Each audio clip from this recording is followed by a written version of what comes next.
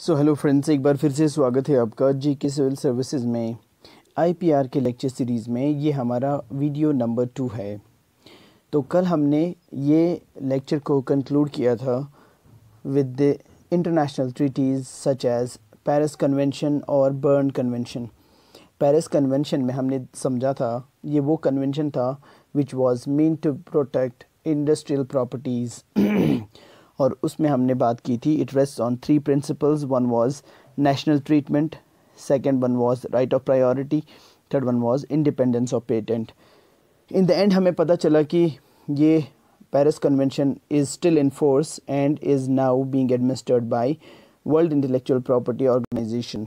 ठीक है, तो इसके बाद हम बर्न कन्वेंशन की हमने बात की थी, जिसमें we came to know that Berne Convention is concerning only copyrights, और Berne Convention came into force in 1887 and ये convention भी 3 principles पे काम करता है। यानी कि इस convention में भी 3 principles का discussion हुआ, उनके बारे में बात हुई। One was national treatment, second one was automatic protection, third one was right of independence of patent। ठीक है, ओके। तो and this convention laid down the minimum standards for the protection to be granted for literary and artistic works. तो आज जो हमारा discussion होने वाला है that is about Madrid system. ठीक है, मैड्रिड सिस्टम में हम बात करेंगे मैड्रिड एग्रीमेंट और मैड्रिड प्रोटोकॉल के बारे में। Madrid agreement it was concerning trademark registration, और मैड्रिड एग्रीमेंट कब इस्टेब्लिश हुआ था? इट वाज इस्टेब्लिश्ड इन 1891 में। ठीक है, अब ये जो मैड्रिड एग्रीमेंट हुआ था ना, ये हुआ क्यों? क्योंकि अभी तक जो ट्रेडमार्क रजिस्ट्रेशन थी ना, that was very complex, that was a complex process. उसी कॉम्प्लेक्स प्रोसेस को थोड़ा सिंपल प्रोसेस बनाने के लिए या उस कॉम्प्लेक्सिटी को थोड़ा ईज आउट करने के लिए ये एग्रीमेंट हुआ, Madrid agreement between different countries in 1891। आपको पहले भी पता है पेरिस एग्रीमेंट में पेरिस कन्वेंशन में क्या हुआ था, इंडस्ट्रियल प्रॉपर्टीज़ की बात हुई थी, for the protection of industrial properties, और उसमें ट्रेडमार्क ऑलरेडी इन्वॉल्व था। बट जो हमारा मैड्रिड एग्रीमेंट है it actually talked about to ease out और the simplicity of the registration of trademark. क्योंकि मैड्रिड एग्रीमेंट जब हुआ उससे पहले क्या होता था, हर एक ट्रेडमार्क की रजिस्ट्रेशन अलग अलग होती थी अलग अलग कंट्रीज़ में। इस एग्रीमेंट में बात हुई कि there has to be single registration of a trademark for all of the countries और for all of those countries जो इस एग्रीमेंट में हिस्सा ले रहे हैं या जो इसको अडॉप्ट कर रहे हैं। तो ये बात हुई मैड्रिड एग्रीमेंट में। Exactly 98 years from this Madrid agreement that was established in 1891, the Madrid Protocol was established in 1989, which was concerning the international registration of these trademarks. ये मैड्रिड प्रोटोकॉल में अब इस चीज़ को अडॉप्ट किया गया, इस चीज़ पे फॉर्मल एग्रीमेंट और साइन हुआ। क्या साइन हुआ? किस बात पे साइन हुआ? इस बात पे साइन हुआ that there has to be one single registration in multiple countries, in all of the countries that are signing this agreement। इस बात पे फॉर्मलाइज ये मैड्रिड एग्रीमेंट अब फॉर्मलाइज कब हुआ? मैड्रिड प्रोटोकॉल से after exactly 98 years, and it came into force world over in 1995, और India में this Madrid protocol came into force in 2013। ठीक है, तो आगे देखते हैं। अब हम बात करने वाले हैं वर्ल्ड इंटेलेक्चुअल प्रॉपर्टी ऑर्गेनाइजेशन के बारे में, यानी कि विपो। ठीक है, तो विपो जो है it is based on Paris convention and Berne convention. Paris convention जैसे आपने देखा which was related to industrial property, और Berne convention which was related to copyrights.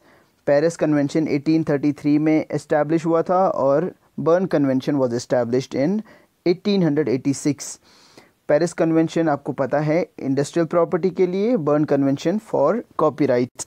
तो दोनों कन्वेंशंस जो थे ना, पेरिस और बर्न कन्वेंशन, उन दोनों को मिला के ये वर्ल्ड इंटेलेक्चुअल प्रॉपर्टी ऑर्गेनाइजेशन बना। So the World Intellectual property Organization is the outcome of Paris convention and Berne convention. जैसे पेरिस कन्वेंशन और बर्न कन्वेंशन का जो मोटिव था ना, that was protection of intellectual property and the promotion of protection of intellectual property.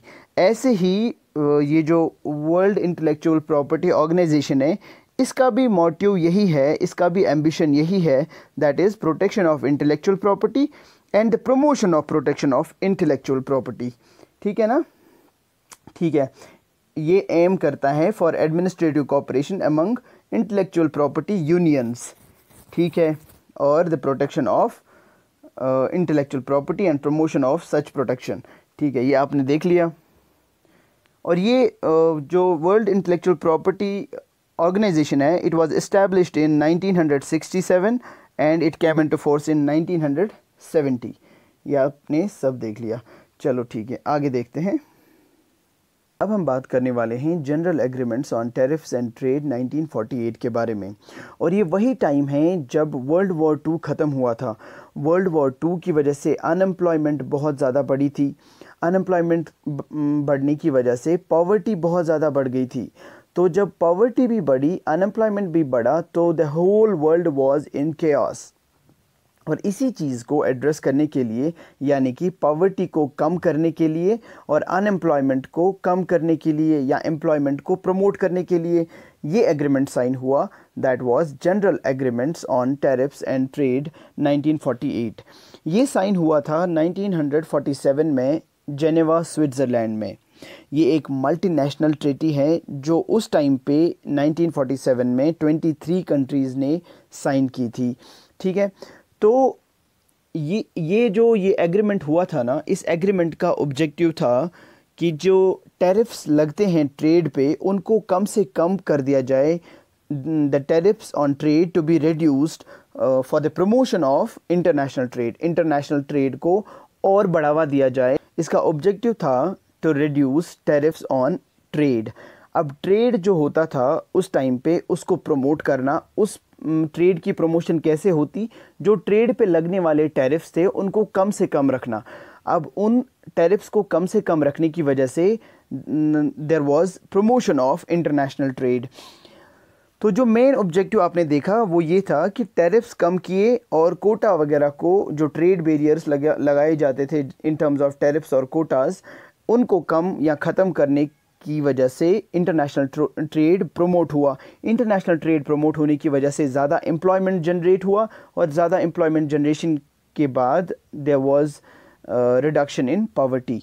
So that was the objective of General Agreement on Tariffs and Trade. जैसे आप देख रहे हो, General Agreement on Tariffs and Trade, it was first discussed during United Nations Conference on Trade and Employment. पहली बार इसकी बात इसी UN Conference on Trade and Employment में GATT की बात हुई थी, यानी कि General Agreement on Tariffs and Trade की बात हुई थी। अब इस UN Conference on Trade and Employment में ये नेगोशिएटिंग गवर्नमेंट्स या डिफरेंट कंट्रीज़ बात कर रहे थे for the creation of international Trade organisation.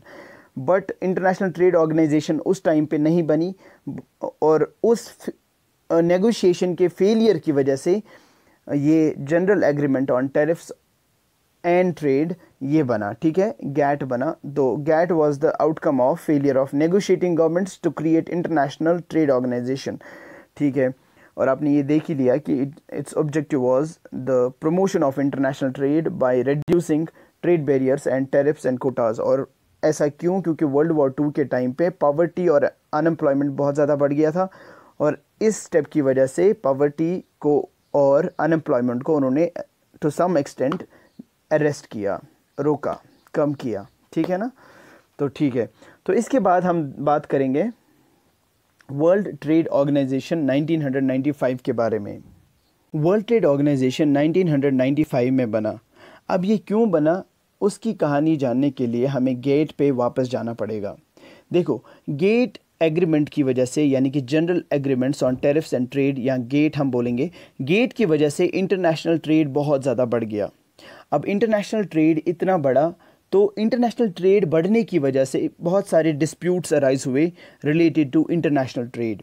सो वो डिस्प्यूट्स के रिड्रेसल के लिए डिफरेंट कंट्रीज़ मिलते थे अंडर दिस गेट एग्रीमेंट। ठीक है, अब इन्हीं मीटिंग्स को बाद में राउंड्स बोला गया। ठीक है, गेट में 8 मीटिंग्स हुई और उन 8 मीटिंग्स में यही ट्रेड रिलेटेड डिस्प्यूट्स का डिस्कशन हुआ, उनके रिड्रेसल के बारे में बात की गई। बट उन सारे ही राउंड ऑफ टॉक्स में या उन सारी मीटिंग्स में कोई रिड्रेसल नहीं मिला। तो इस वजह से 8th मीटिंग में या 8th राउंड में बात हुई for the creation of new international organization. एक मिनट। तो हम बात कर रहे थे कि 8th राउंड जो हुआ था, जिसको हम उरुग्वे राउंड भी बोलते हैं, इस राउंड में इस general Agreement on Tariffs and trade या गेट के ख़त्म होने की बात करी गई कि इसको ख़त्म कर देंगे, क्योंकि ये सारे जो राउंड्स हो रहे थे ना फॉर डिस्प्यूट रिड्रेसल, इन सारे राउंड्स में सारे डिस्प्यूट्स का रिड्रेसल नहीं हो पा रहा था या मेजॉरिटी ऑफ द डिस्प्यूट्स का रिड्रेसल नहीं हो पा रहा था।